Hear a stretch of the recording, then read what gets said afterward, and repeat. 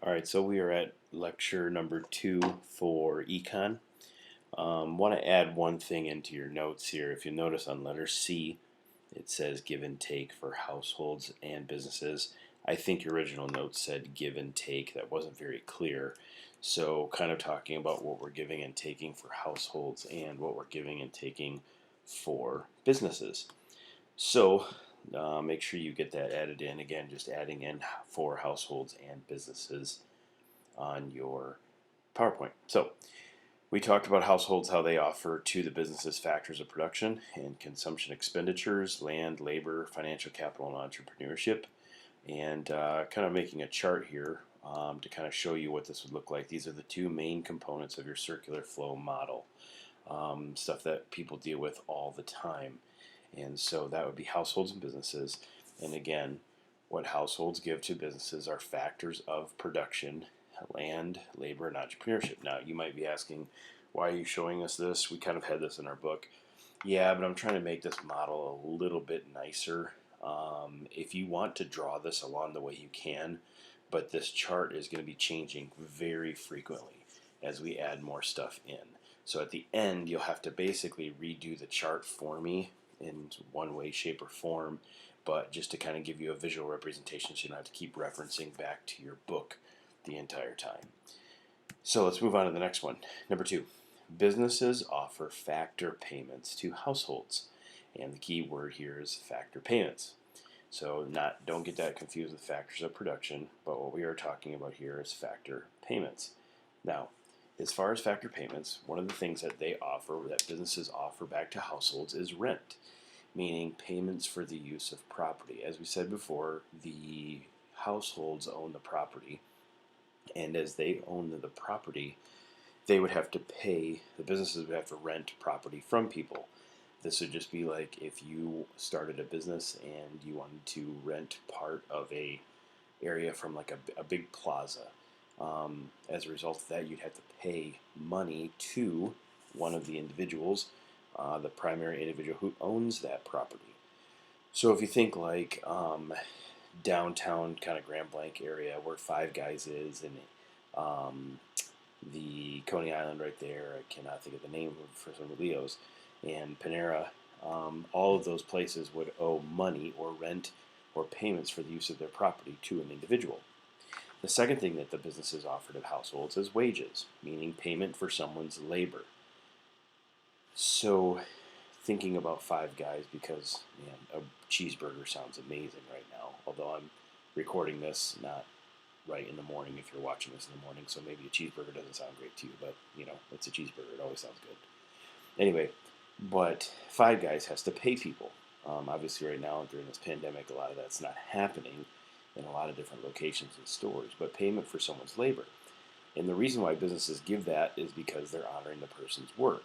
The nice part is when the people get that, then they spend the money back at the businesses. So that's why, again, this is part of the circular flow model. But the wages, this is payment for someone's labor, and it can include health benefits. As we've talked about in the past, sometimes you're lucky enough and you're fortunate enough to get health benefits. And if that is the case, then one of the things that can take place is that is actually included in your wages. They would call that your compensation package that they would actually give to you if you were to work, for a company and they give you, health benefits such as like dental or medical. Another thing that businesses can offer to households is interest. This is payments businesses make on borrowed money from the households.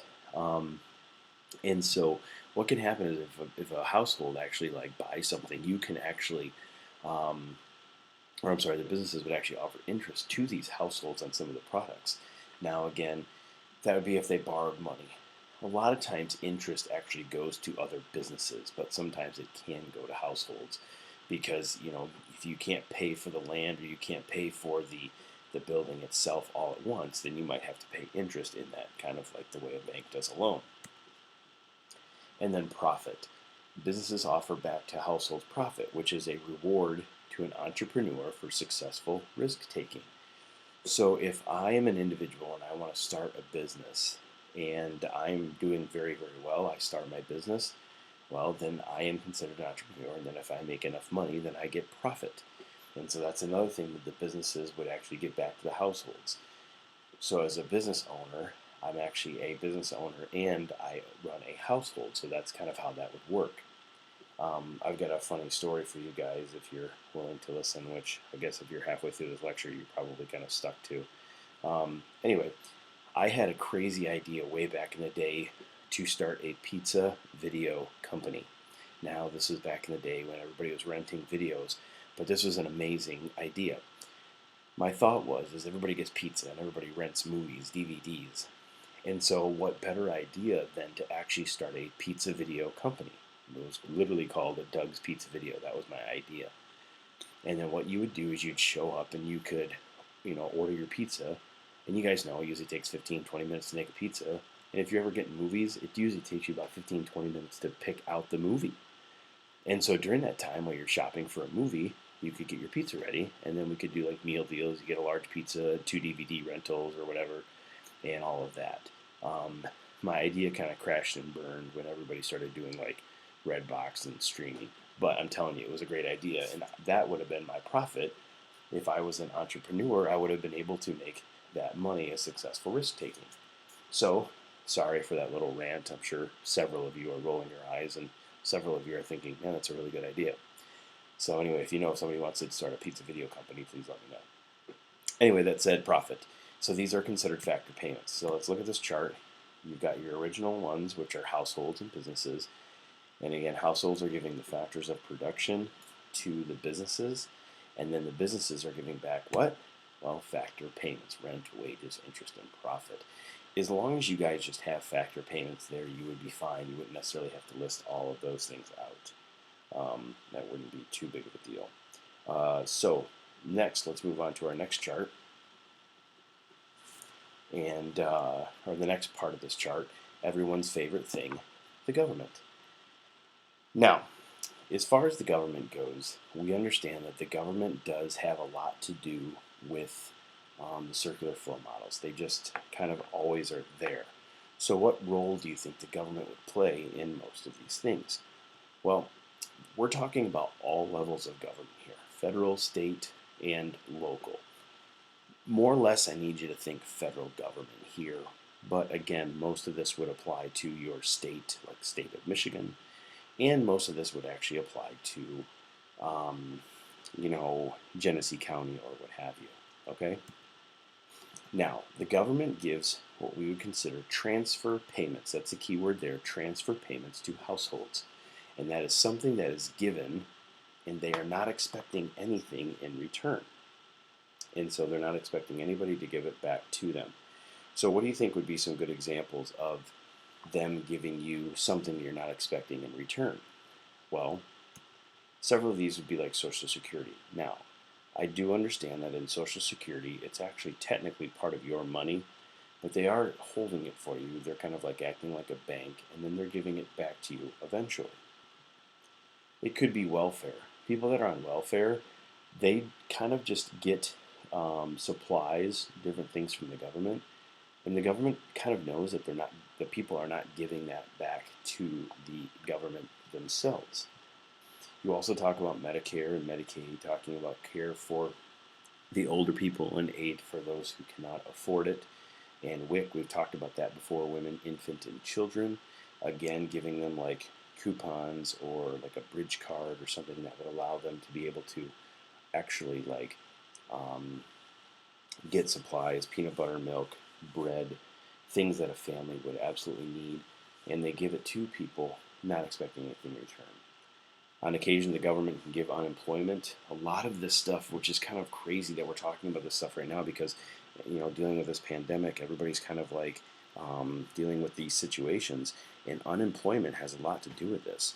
See, right now, the government has just approved of tons and tons and tons of money for people that are on unemployment, meaning, you got fired, laid off as a result of this, and they'll give you X amount of dollars for, I want to say it's like 12 weeks or sometimes 18 weeks. Now, it's not usually your full pay, although in this weird pandemic thing, a lot of people are actually making, so I shouldn't say a lot of people, but some people are actually making more money, but giving them unemployment. One of the things that you guys have probably heard is that the government passed the stimulus check, which basically gave Each adult $1,200. You guys might be like, man, that's awesome. Well, yeah, but I mean, again, if you are used to making $2,000 a month or something like that, it's not as much, but it will help you. And then you got like X amount of dollars for kids. And the question is would we have to pay this back in taxes next year? And supposedly you're not going to have to pay that back. So some families got $3,400 for just kind of going through this. And if you aren't necessarily one of the families that is hit hard as far as losing their job, it's 3,400 extra dollars in your pocket. But again, that's a transfer payment. They're not expecting you to give that back. Sometimes the government gives people food. Sometimes they give them supplies such as medicine, food as far as like bread and like water and different things through food banks. Again, these are transfer payments. They're giving you something and you are not expecting anything in return. And then you just think about the overall. Yes, your taxes do pay for that, and we'll get to that in just a second. But overall, the government does offer you protection. You understand that you are protected by the federal government from having anyone invade your country in theory, and they're going to defend you, and that's part of this. So again, the government gives transfer payments to households. What do they give to businesses? Well, the government actually buys supplies from businesses. You might be like, what do you mean? Again, going back to this pandemic thing, the government has actually bought a lot of those N95 masks from different companies. I think one is 3M is one of the companies, and they make a lot of masks. But the government buys them from them. You think about like movies like Iron Man and how the government bought arms from Stark Industries. The government can buy personal protective equipment like face masks and shields and clothing that the doctors would wear, ventilators from a company. And so the government actually buys those supplies from the businesses just like you and I would. They have to bid for them. They have to make, tell them that they'll pay them and that type of thing. But the government would buy supplies from businesses. And then number four, the households and the businesses, what do they give back to the government? Well, what everybody else hates and what we all hate is taxes. That's how the government makes their money to kind of compensate themselves for making all of these decisions. So the households and businesses give taxes to the government. So how does this look? Again, you've got your households and you've got your businesses. Remember, what do households give to businesses? That would be the factors of production. And then what do businesses give to households? Oops, sorry, I went the wrong way. Factor payments. Now, again, we just talked about which group. The next one of the circular flow model. This is not a main artery, I guess, or a main one, but this is the government. And so just to kind of chart out for you, what does the government give to households? They give them transfer payments. Again, stuff that they're not expecting anything in return. And then they give them purchases from the businesses. And then what is it that both households and businesses give back to the government? Well, taxes, personal taxes. You and I pay taxes on our salary. We pay taxes on goods that we buy. And then as well as business taxes go back up to the government itself. So far in the circular flow model, we've got the households, businesses, and government. And those little things, those arrows kind of represent what goes where and during the time period of the circular flow model. So the next thing we're going to be talking about tomorrow, we'll be talking about financial markets and eventually get into talking about banks. Hopefully this is clear. If you guys have any questions, feel free to contact me.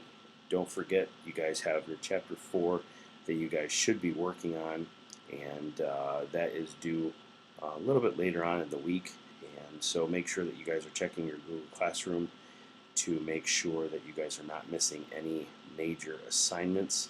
And hopefully you guys will have enough time to get all that stuff done. Your Chapter 4 terms are actually due, they're due today by 11:59. So if you didn't know that, start working on it. Have a good afternoon.